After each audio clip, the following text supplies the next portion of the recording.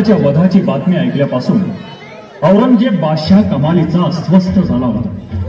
हिंदूंचं स्वतंत्र राज्य स्थापन करू पाहणारे शिवाजी महाराज हेच दिल्लीच्या तख्ताचे जबरदस्त शत्रू आहेत याबद्दल औरंगजेबाची खात्रीच झाली होती। शिवाजीचा बंदोबस्त करण्यासाठी औरंगजेबानं आपल्या मामाला शाहिस्ते खानाला बोलावलं। तो त्याला म्हणाला, काय वाटेल ते कर, पण शिवाजीचा पराभव झालाच पाहिजे। तू मागशील तेवढं सैन्य मी तुला देतो, पण मला शिवाजीचा पराभव हवा। एक लक्षात ठेव, जर का तुला हे जमलं नाही तर मला तोंड दाखवायला सुद्धा येऊ नकोस। शाहिस्ते खान निघाला। आपल्या बरोबर औरंगजेबाची सुसज्ज फौज घेऊन निघाला। पुण्यातून कसा हुसकावून लावायचा, कारण समोरासमोर लढणं केवळ अशक्यच होतं। महाराज विचार करू लागले। अचानक एक धाडसी विचार डोक्यात आला।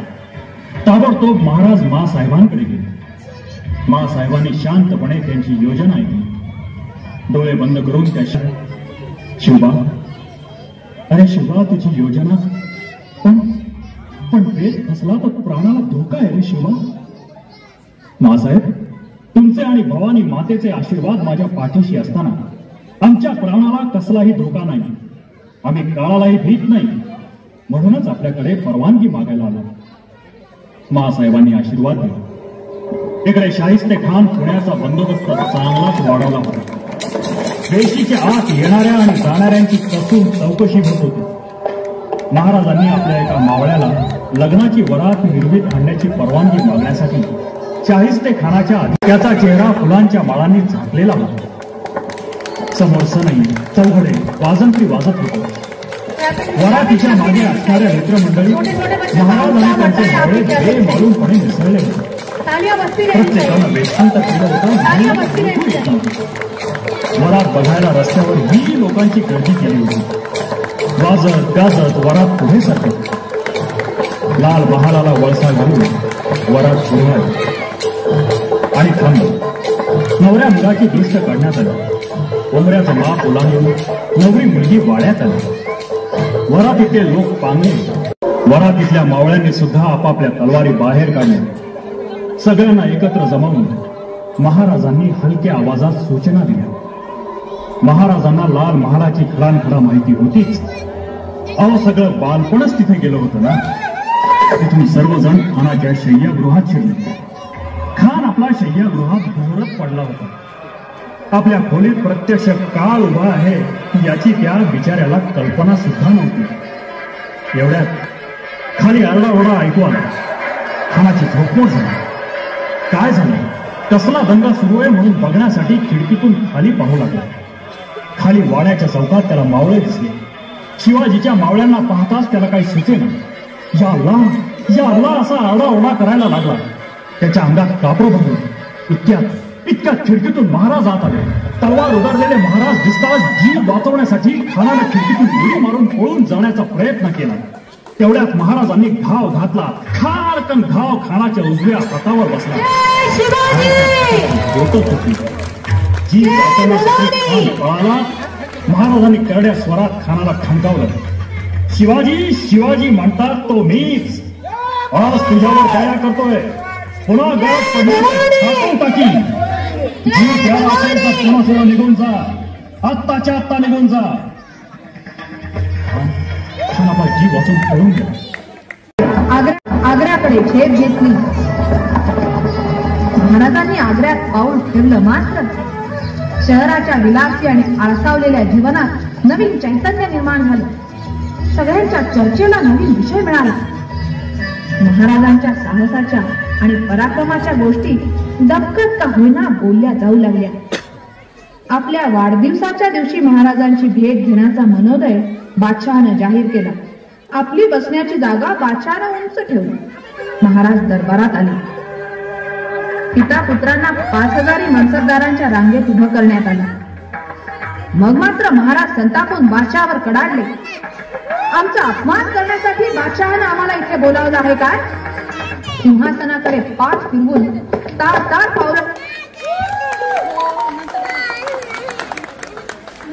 पावलं टाकत महाराज सरळ दरबारातून बाहेर पडले आणि आपल्या तंबूत जाऊन बसले। बादशाह खवळला. त्यानं शिवाजी महाराजांच्या छावणीला लष्कराचा दराडा घातला आणि महाराजांना नजर कैदेत बंद केले. महाराजांना समजलं त्यांच्या अवतीभोवती हिरोजी फर्जद, सर्जेराव मनकोजी आणि बाकीचे जिवलग मित्र बसले होते. त्यांच्या डोक्यात विचार सुरू झाले आणि एका युक्तीनं जन्म घेतला. महाराजांनी बादशाला कळवलं, बाबा रे, आता माझं काही खरं नाही. मी जर गोर गरीब ब्राह्मण आणि फकीर यांना मिठाई वाटली तर त्यांच्या आशीर्वादानं माझा त्रास कमी होईल असं मला वाटतं. तेव्हा आपण दान धर्मासाठी परवानगी द्यावी ही विनंती. बादशाह याला पण तयार झाला. मोठमोठे पेटारे मागवण्यात आले. त्यात मेवा मिठाई भरण्यात आली आणि मिठाईनं भरलेले पेटारे महाराजांच्या खोलीतून बाहेर जाऊ लागले. बाहेर जाणाऱ्या प्रत्येक पेटाऱ्याची पहारेकरी कसून तपासणी करत होते आणि प्रत्येक वेळी त्यातली थोडी थोडी मिठाई सुद्धा हडप करत होते. पहारेकरी तर या सगळ्या प्रकारानं जाम खुश होते, कारण तालियां बजती रहनी चाहिए. प्लीज प्लीज प्लीज तालियां बजाते रहिए. पहारेकऱ्यांचा पेटारे तपासायचा उत्साह पण दिवसेंदिवस कमी होत चालला होता. असंच एक दिवस नेहमीप्रमाणे पेटारे आले. त्यातले 2 रिकामे सोडून बाकीच्यात मिठाई भरण्यात आली. सगळ्यांचे चेहरे काळजीनं ग्रासले होते, छाती धडधडत होती. महाराजांनी हिरोजी फर्जदला जवळ बोलावलं. आपल्या हातातलं सोन्याचं कडं काढून त्याच्या हातात घातलं. महाराज पटकन एका पेटाऱ्यात जाऊन बसले आणि हिरोजी महाराजांच्या जागी जाऊन झोपला. दुसऱ्या पेटाऱ्यात संभाजी बसला. सर्व पेटारे कर्र कर्र असा आवाज करत बाहेर पडले. नेहमीप्रमाणे पहारेकऱ्यांनी पेटारे थांबवले. 1-2 पेटारे उघडले आणि हुकूम दिला, जा. गावाच्या बाहेर पोहोचल्यावर पेटारे उघडण्यात आले.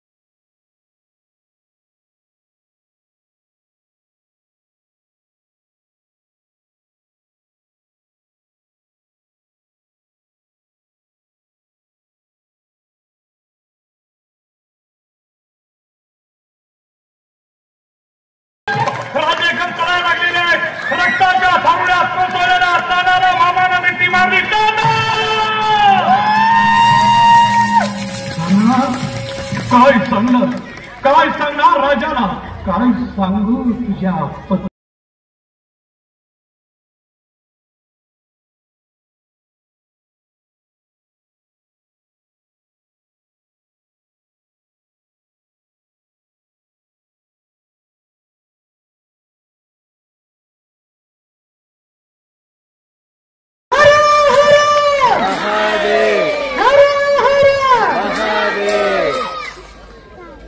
सोमनाथ कारे काका जी, तालियां कृपया करके बजती रहनी चाहिए, कृपया करके तालियां बजती रहनी चाहिए।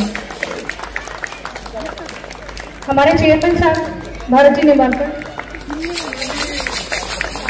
सुनील डांगे जी,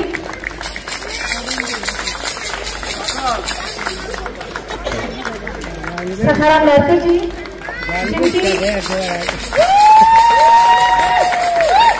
जिनकी छत्रपति शिवाजी के प्रति निष्ठा आप देख ही सकते हैं कि ये विग नहीं है, this is real getup and this is specially taken for that role only, जो उन्होंने सिर्फ इस रोल के लिए ही लिया है।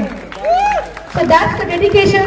यही डेडिकेशन के धनी थे उस 16वीं शताब्दी में हमारे छत्रपति शिवाजी महाराज, जिन्होंने 500 मावलों के साथ में उन 5000 मुगलों को एक बार नहीं कईयों बार शिकस्त दी। हरा हरा हरा हरा, क्लास होते रहने चाहिए।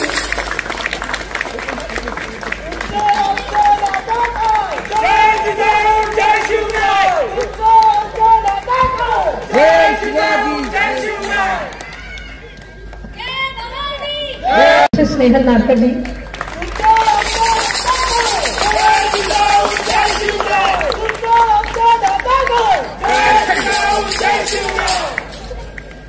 हमें आता है, जिसके बल से प्रतिबल हमें आता है। दुश्मन ना होता तो हम कैसे अपने दिमाग का यूज करते, दुश्मन ना होता तो कैसे हम अपनी प्रतिभाओं को सामने रखते।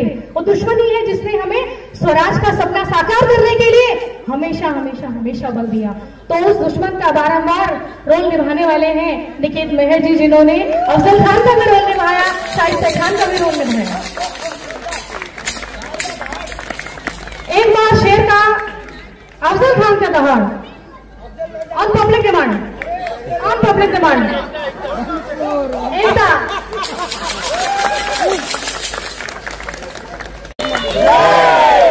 लोहेगांव श्री क्षेत्र की, संत तुकाराम महाराज की। नेक्स्ट है, इनाम कुछ नहीं है जिन्हें लेने में थोड़ा विलंब होता है, चतुर कथा। नेक्स्ट है पंत, जिनका रोल निभाया है राजेंद्र सचान जी ने।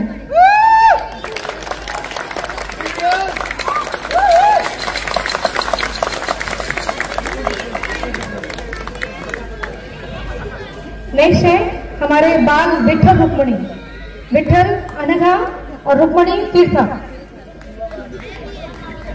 नेक्स्ट है जीवा महाले, जिनका रोल प्ले किया है अंकुश गौली जी ने। अंकुश गौली जी जो हमारे सोसाइटी के नए सदस्य हैं, जिनको शायद काफी लोगों ने देखा नहीं होगा। नेक्स्ट भवानी माता के रोल में थी प्राची नारकर। प्राची है।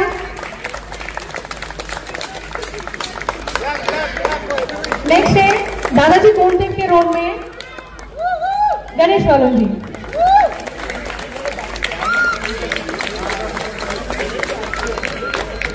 इसके बाद मैं उन लोगों का नाम लेना चाहूंगी जो इस बीच में, जो छोटे मावले हैं वो सब स्टेज पे आ जाएं।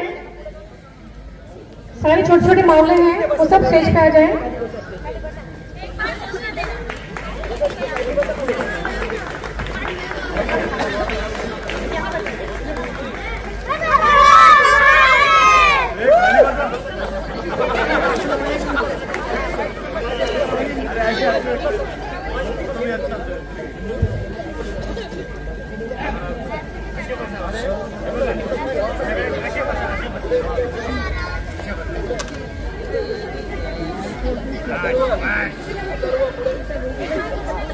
सारे लोग जिन्होंने स्टेज पे बहुत सुंदर नृत्य का प्रस्तुति की, इसमें मिसेस योगिता निम्बालकर, दीपिका कारे, प्रणीता पटाए, तृप्ति,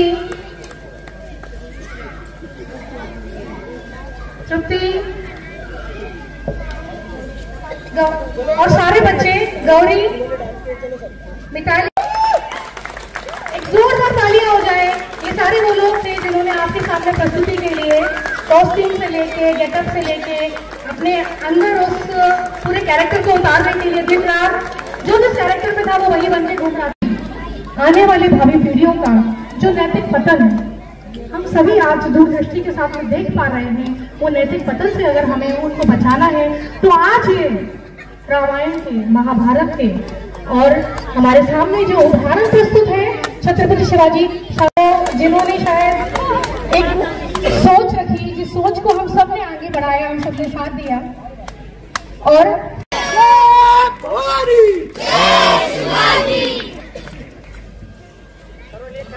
वो खुद कर दोस्तों, हम उनको भी नहीं भूलना चाहते जिन्होंने हमें आज 2 गिफ्ट दिए। ये जो आप देख रहे हैं शिवाजी महाराज जी का फोटो फ्रेम और एक अंदर भी है, ये हमको मिस्टर श्याम दौनकर साहब ने हमें गिफ्ट दिया है। और एक जो फ्रेम है हमारे प्रभु जी ने भी हमको दिया है। उनके लिए जोरदार तालियां। इतनी प्यारी फ्रेम है दोनों भी। हम सभी सोसाइटी मेंबर्स आपका तहे दिल से आभार प्रकट करते हैं।